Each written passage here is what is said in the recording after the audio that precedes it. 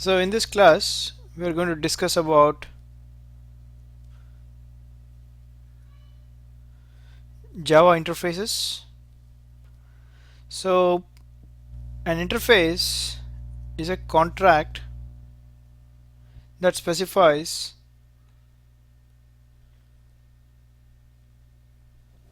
a set of abilities on what that interface does without defining how it is implemented.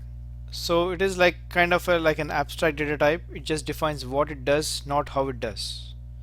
So any concrete class that implements this interface is basically signing up to that contract and saying that it's going to implement all the interfaces which are specified in the contract. For example, if you have an interface called automobile which has the methods start, accelerate and stop, so any class like car or truck which implements the automobile interface has to provide implementations for the start, accelerate and stop methods. So what are the main features of an interface? By default, all the methods of an interface are public and abstract. That means the methods of an interface cannot have a body and they have a public access modifier. You don't have to specify it, but generally people do specify that they are all public and abstract. And an important thing with interfaces is they cannot have instance variables like a class. Because an interface cannot have any state, it's just a set of methods. There is no state associated with an interface, so there are no instance variables in an interface. And any variable defined in an interface is public, static and final. So that means these are class level constants because of the final keyword, and because of the static keyword there are also class level constants. A concrete class should implement all the methods of an interface. A concrete class is a class that can be instantiated. So an objects of the concrete class can exist in real life. So if you have the class called triangle which implements the shape, then the triangle class needs to implement all the methods in the shape class. An abstract class can also implement an interface. So an abstract class should have at least one abstract method. So when an abstract class implements an interface, it can implement some of the methods of the interface, but it should leave at least one method unimplemented. Okay, so an example is like a two-dimensional shape which implements shape. So some methods of the shape interface have to be implemented by the abstract class two-dimensional shape. But at least one method should be left unimplemented for two-dimensional shape to be still an abstract class. The main thing with interfaces is it solves the problem of multiple inheritance in Java. In Java, a class cannot extend more than one class.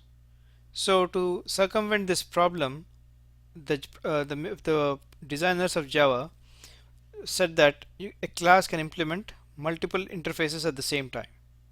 And also, an interface can also extend multiple interfaces. Though a class can extend only one class, an interface can extend multiple interfaces. And a Java class can simultaneously extend exactly one class and implement multiple interfaces at the same time. Okay, and polymorphism can also be implemented via interfaces. Earlier we saw that polymorphism was implemented using classes via inheritance. Now I'm saying that polymorphism can also be done by using interfaces. So a class which implements an interface still has an easy relationship with its interface. So if a triangle class implements a shape class, then every triangle is a shape.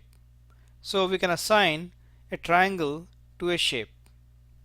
Also, if you have a method which takes a method parameter as an interface, you can pass any class which implements that interface as the argument to that method when invoking that method.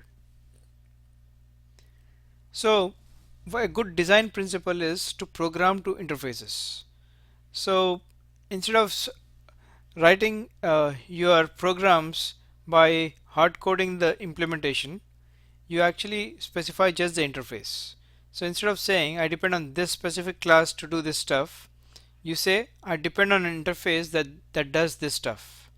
Let's say you want to store a set of drivable uh, classes in an array. So instead of specifying the type of the array as a certain type, you specify it as the drivable interface, and you can store cars, bikes, or any of the classes which implement that interface, the drivable interface, and store it as array elements. And then you can iterate over this array and you can invoke the accelerate method. So what will happen is, if the particular variable in if a particular array element points to a car, it will invoke the accelerate method of the car.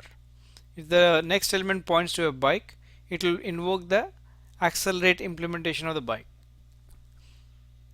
So this is what is called as programming to interfaces. And there is something called as a Liskov substitution principle. It's something good to know.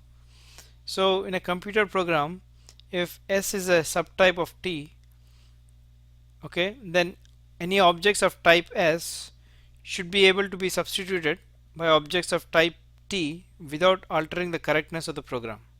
So let's take an example. So let's say in your program you have uh, a triangle which is a subtype of a shape. Okay, then you should write your program in such a way that even if you replace a triangle with any other shape like a rectangle, your program should continue working the way it used to work when you use triangles. Okay, so let's summarize the differences between abstract classes and interfaces. Okay, so in an abstract class, when you see abstract methods, you can have only you, you should have at least one abstract method, whereas in interface all methods are abstract. So in abstract class you can have some methods which provide implementations, but you need at least one abstract method. An abstract class can extend only one another abstract class.